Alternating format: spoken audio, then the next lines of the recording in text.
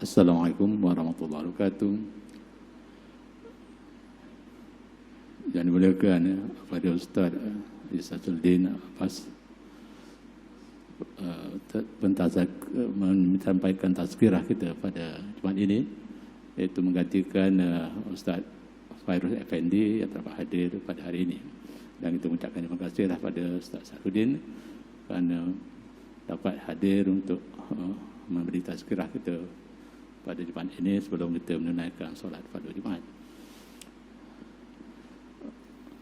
Para jemaah yang rahmat sekalian, sebagai peringatan terus kita menjaga SOP kita, ya, iaitu penjarakan dan pasang menutup muka kita itu dengan cara yang sempurna, ya.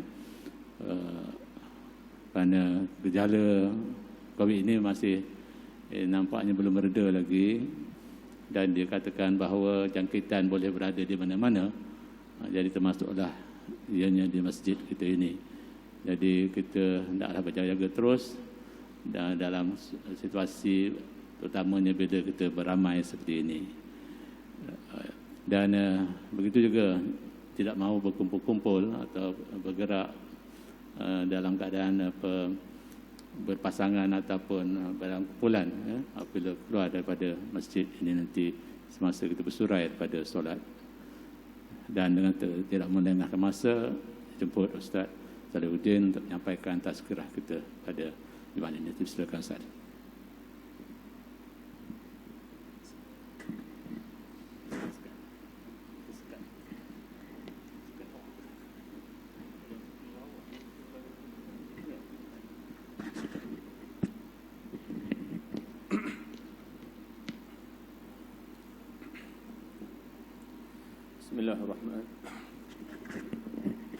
Bismillahirrahmanirrahim. Assalamualaikum warahmatullahi wabarakatuh. Alhamdulillahi rabbil alamin. Wassalatu wassalamu ala asyrafil anbiya wal mursalin wa ala alihi wa sahbihi ajma'in, amma ba'd. Yang berbahagia tuan pengurusi, tuan-tuan imam, seluruh ahli jawatan kuasa, muslimin sedang Jumaat yang dirahmati Allah Subhanahu wa taala. Alhamdulillah, thumma alhamdulillah, thumma alhamdulillah. Sama-sama kita rafaqkan syukur kehadirat Allah Subhanahu wa taala di atas segala nikmat, rahmat dan izinnya yang dapat kita bertemu tengah hari ini dalam ruangan tazkirah, dan mudah-mudahan pertemuan kita ini dirahmati oleh Allah Subhanahu wa taala insya-Allah. Muslimin yang dirahmati Allah Subhanahu wa taala, tengah hari ini insya-Allah kita sama-sama mendengar satu hadis Nabi sallallahu alaihi wasallam, iaitu an Abi Malik al-Harith ibn Asim al-Ash'ari radhiyallahu anhu qala Rasulullah sallallahu alaihi wasallam, at-tuhuru syatrul iman walhamdulillahi tamla'ul mizan wa subhanallahi walhamdulillah tamla'ani aw tamla'u ma bainas sama'i wal ardh. Wassalatu nurun wassadaqatu burhanun wassabru diya'un wal qur'anu hujjatun laka aw 'alaika. Kullun nasi yaghdu faba'i'u nafsahu famu'tiquha aw mubiquha. Hadis rawahu Muslim.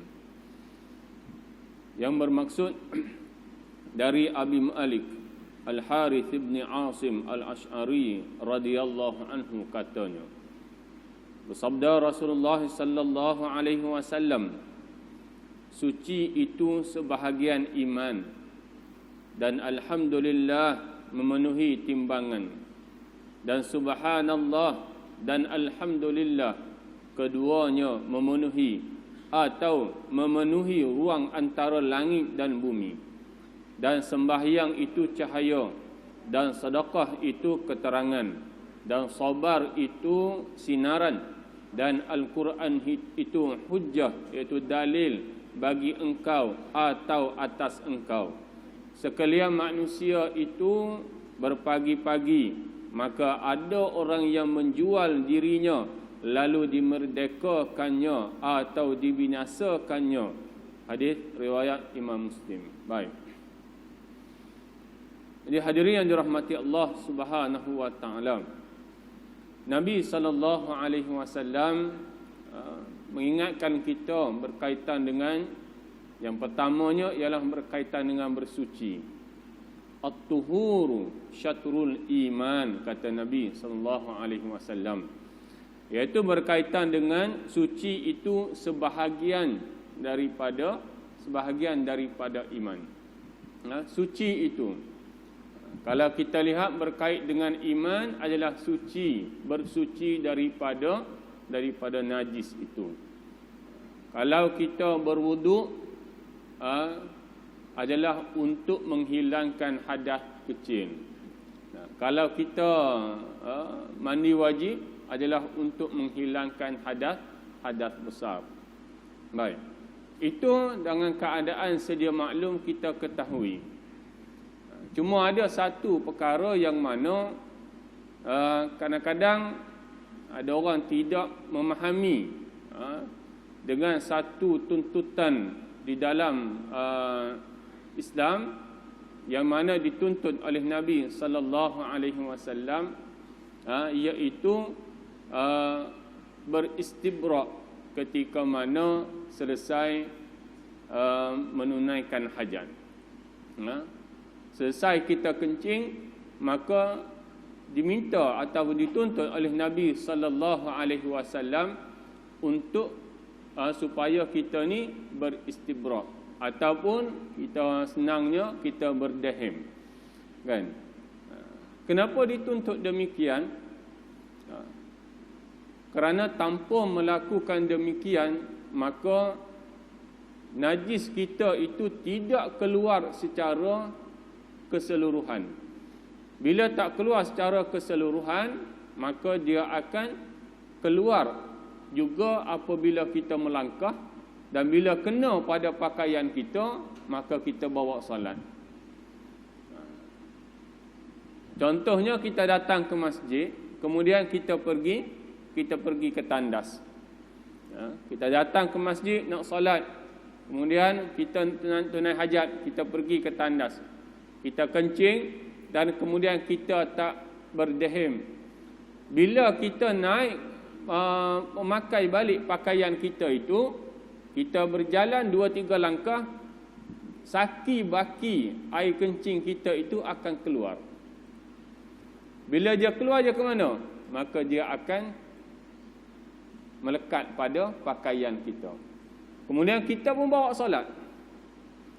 Kita bawa solat. Maka solat kita itu dikira apa dia? Dikira menanggung najis. Bila solat menanggung najis, maka dalam keadaan tak sah solat kita. Itu keadaan orang yang tidak berdahim. Maknanya dia tidak mengambil tindakan yang mana yang boleh yang mana yang sepatutnya dia bertindak untuk mengelak daripada najis kena pada pakaian dia. Ini yang dituntut oleh Nabi sallallahu alaihi wasallam. Sehingga Nabi kata at-tuhuru dalam hadis lain Nabi kata an-nazafatu minal iman. Kebersihan itu adalah sebahagian daripada iman. Hadis ini pula Nabi kata at-tuhuru syatrul iman. Yang mana Nabi kata iaitu berkaitan dengan suci itu sebahagian daripada iman. Nak tak nak kita kena jaga diri kita ini daripada segala najis, dan yang pentingnya iaitu kita mengambil kira bahawa bersuci itu adalah sebahagian daripada iman. Kalau kita lihat dalam Imam Hanafi, ia meletakkan wajib kita berdahim itu. Wajib kita berdahim. Sebab kerana dia mempunyai kesan yang cukup besar dalam ibadah itu. Dia ambil di situ. Baik. Jadi dalam keadaan yang demikian, sebab itulah Nabi melarang seseorang kencing berdiri. Kan? Nabi melarang kan seseorang kencing berdiri. Kerana kencing yang lawas adalah kencing dalam keadaan duduk bertinggung. Itu kencing yang lawas. Kencing berdiri dia tak lawas. Dia akan ada saki-baki yang tertinggal dan yang mana yang akan keluar bila kita melangkah. Maksudnya dilarang. Kerana dia boleh menyebabkan diri kita itu menanggung najis. Baik. Itu yang pertama. Yang kedua pula berkaitan dalam hadis ini Nabi sebut walhamdulillahi tamlaul mizan. Walhamdulillahi tamlaul mizan. Nabi kata apa dia? Dan alhamdulillah memenuhi timbangan. Alhamdulillah kita sebut alhamdulillah sebanyak 33 kali selepas solat itu, kan? Dan kemudian kita mendapat sesuatu yang mengembirakan, kita menyebut alhamdulillah. Kita sihat daripada sakit, kita menyebut alhamdulillah. Yang sepatutnya kita sakit pun menyebut alhamdulillah. Tuan-tuan kalau sakit alhamdulillah ke na'udzubillah? Kan? Kalau sakit, yang mana tuan-tuan sebut alhamdulillah, na'udzubillah, inna lillahi wa inna ilaihi raji'un, atau masya Allah, atau mengadu benda lain? Kan? Yang mana disebutnya? Kalau Nabi minta kita menyebut alhamdulillah, kan? Sakit alhamdulillah. Kerana apa? Kerana itulah tanda kita dalam keadaan sabar menerima takdir Allah. Bila kita kembali sihat, maka kita sihat itu dalam keadaan baik. Jika kita meninggal, maka meninggal dalam keadaan yang baik. Menyebut alhamdulillah, bukan tak semestinya kita sihat. Macam mana keadaan hari ini?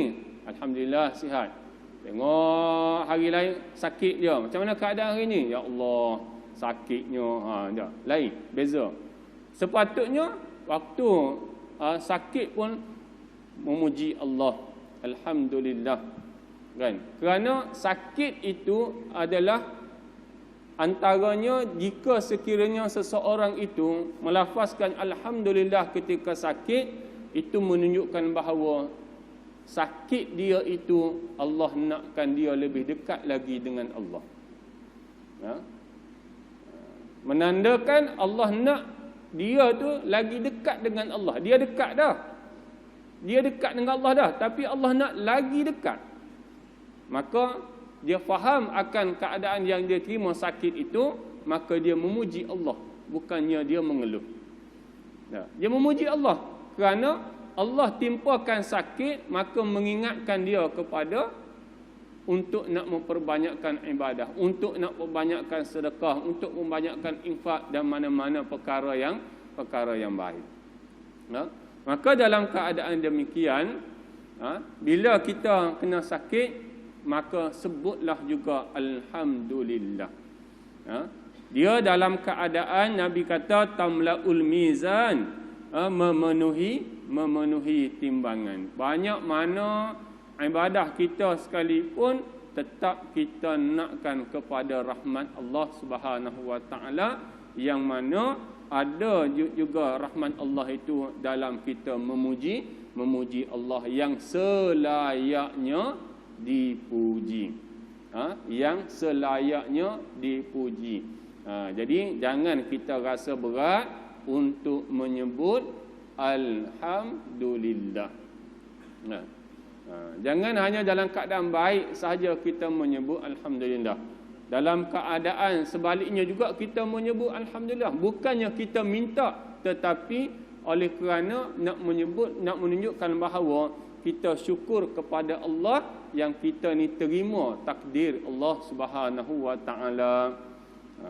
Jadi kalau kita mengeluh, adakah mengeluh itu menunjukkan kita terima? Tak. Kan? Bila mengeluh, tak menunjukkan terima. Tapi bila kita dalam keadaan yang tenang, maka itu menunjukkan kita terima. Bila kita sebut Alhamdulillah, menunjukkan kita tenang menerima apa pun ujian yang Allah Subhanahu Wa Taala berikan kepada kita. Baik. Yang ketiga, wa subhanallahi walhamdulillahi tamla'ani au tamla'u bainas samai wal ard. Kemudian Nabi SAW sebut lagi, iaitu dan subhanallah sama dengan alhamdulillah, keduanya memenuhi atau memenuhi ruang antara langit dan bumi. Kalau kita sebut tadi, sebut alhamdulillah memenuhi mizan, tak, timbangan, neraca timbangan itu. Kalau sebut kedua, subhanallah walhamdulillah, maka dalam keadaan Nabi SAW begitu apa dia? Memenuhi ruang antara langit dan bumi. Ganjaran itu memenuhi ruang antara langit dan bumi. Tengok berapa luas, berapa luas ruang ini, dan dengan keadaan kita hanya menyebut subhanallah walhamdulillah. Sebab tu kata ada ulama mengatakan bahawasanya menyebut subhanallah itu merangkumi segala segala zikir yang lain. Sebut subhanallah merangkumi segala zikir yang lain. Maka dalam keadaan apapun kita ringankan lidah kita untuk menyebut subhanallah walhamdulillah. Apa jua keadaan sekalipun, kalau kita selalu membasahi lidah kita dengan perkataan-perkataan ini, maka kita dalam keadaan terkejut pun kita akan menyebut perkataan-perkataan ini, yang memberikan kelebihan yang begitu banyak. Dalam keadaan yang mana perkara ini adakah wajib? Sunat. Kan? Perkara ini sunat. Maka adakah kita nak tinggal yang sunat itu? Kita ingat kita ni dalam keadaan tiga kumpulan kita ni, kan? Kita berada dalam tiga kumpulan. Satu kumpulan orang yang selamat, satu kumpulan orang yang selamat dan menguntungkan, satu kumpulan lagi orang yang rugi. Kumpulan yang pertama, orang yang selamat ini adalah orang yang dia hanya melakukan ibadah yang wajib sahaja dan dia tinggalkan maksiat. Maknanya dia buat ibadah wajib je. Yang sunat dia tak buat pun, dia tak hirau pun yang sunat. Golongan yang kedua, golongan yang selamat dan menguntungkan. Siapa dia? Iaitu orang yang melakukan ibadah yang wajib, meninggalkan maksiat dan dia melakukan ibadah sunat. Jadi ada keuntungan dia. Sebabkan dalam agama, ibadah wajib ini dia panggil ra'sul mal. Dia panggil apa dia? Modal. Kepala harta, kalau dia cuma satu lah. Tapi dia memberi maksud ada apa dia? Modal, ra'sul mal, modal. Bila kita meniaga, balik modal, orang kata apa? Oh, selamatlah kalau macam tu, kan? Selamat, setakat selamat. Tapi adakah kita berniaga nak hanya semata-mata balik modal? Kan? Kalau tanya orang meniaga, tak nak. Maknanya dia nak sekurang-kurangnya, dia nak dalam keadaan yang sebaiknya adalah dapat keuntungan. Jadi kita, kalau kita buat yang wajib sahaja, kita sebenarnya balik modal. Nah, kalau kita buat hanya ibadah wajib, dia hanya balik modal. Keuntungan tak ada. Belum ada keuntungan. Macam mana nak dapat keuntungan? Keuntungan itu hadir dalam ibadah sunat. Sebab itu jadi ada golongan yang selamat dan menguntungkan. Menguntungkan itu kenapa? Lantaran dia buat ibadah yang sunat. Baik. Jadi dalam keadaan kita ni semua nak menguntungkan, semua nak lebih, maka naklah kita jangan tinggal ibadah sunat. Malah kita sentiasakan melakukan ibadah sunat itu. Baik. Yang golongan yang ketiga, golongan yang rugi, iaitu golongan ahli maksiat. Nauzubillah min zalik. Jadi kita dalam keadaan kata ulama, setidak-tidaknya, sekurang-kurangnya berada dalam golongan yang pertama, iaitu golongan yang selamat. Dalam keadaan buat yang wajib sahaja, maksiat dia tak buat, kan? Tapi kalau yang terbaik berada dalam golongan kategori yang kedua tadi, iaitu golongan yang selamat dan menguntungkan. Siapa dia? Yang wajib dia tak tinggal, dan maksiat dia tak buat, dan dia lazimi ibadah sunat dalam diri dia. Ini tuan-tuan yang dirahmati Allah Subhanahu wa taala. Bila kita berbicara yang sunat, kita jangan ada dalam diri kita bahawa sunat je, kan? Jangan ada perkataan sunat je. Dia kalau ada perkataan sunat je ni, maknanya seolah-olah buat sunat itu sia-sia. Betul tak? Kan? Seolah-olah tak ada apa. Walhal yang sunat itulah yang merupakan tambahan kepada ibadah kita, kan? Jadi tuan-tuan yang dirahmati Allah Subhanahu wa taala, dalam keadaan yang demikian, maka hadis tadi ada sambungan sikit lagi, iaitu wassalatu nurun wassadaqatu burhanun wassabru diaun, iaitu kata Nabi lagi, dan salat dan sembahyang itu cahaya, sembahyang itu cahaya, dan sedekah itu keterangan, dan sabar itu sinarannya. Wal Qur'anu hujjatun laka au alaika, dan Al-Quran itu hujjah bagi engkau atau atas engkau. Ini berkaitan dengan hujjah ini. Kata Imam Nawawi rahimahullahu taala, Al-Quran dia akan hadir hujjatun laka au alaika. Hujjah yang mana? Yang memberikan yang akan memberikan kelebihan, yang akan memberikan syafaat, au alaika, iaitu yang akan memberikan kesusahan. Al-Quran datang di hari akhirat, sama ada dia memberi syafaat kepada kita ataupun dia memberi kesusahan. Duk tang mana kita. Jadi tuan-tuan yang dirahmati Allah Subhanahu wa taala, maka kita hendaklah jadikan Al-Quran itu sebagai hujjah yang memberikan kesenangan, yang memberikan syafaat kepada kita. Jangan meletakkan Al-Quran itu hujjah yang memberikan kesusahan, iaitu dengan keadaan kita meninggal Al-Quran dan kita tidak mengikut ajaran Al-Quranul Karim. Jadi tuan-tuan yang dirahmati Allah Subhanahu wa taala, cukuplah sekadar itu. Seminit saja lagi untuk masuk waktu. Dah masuk dah. Cukuplah sekadar itu. Mudah-mudahan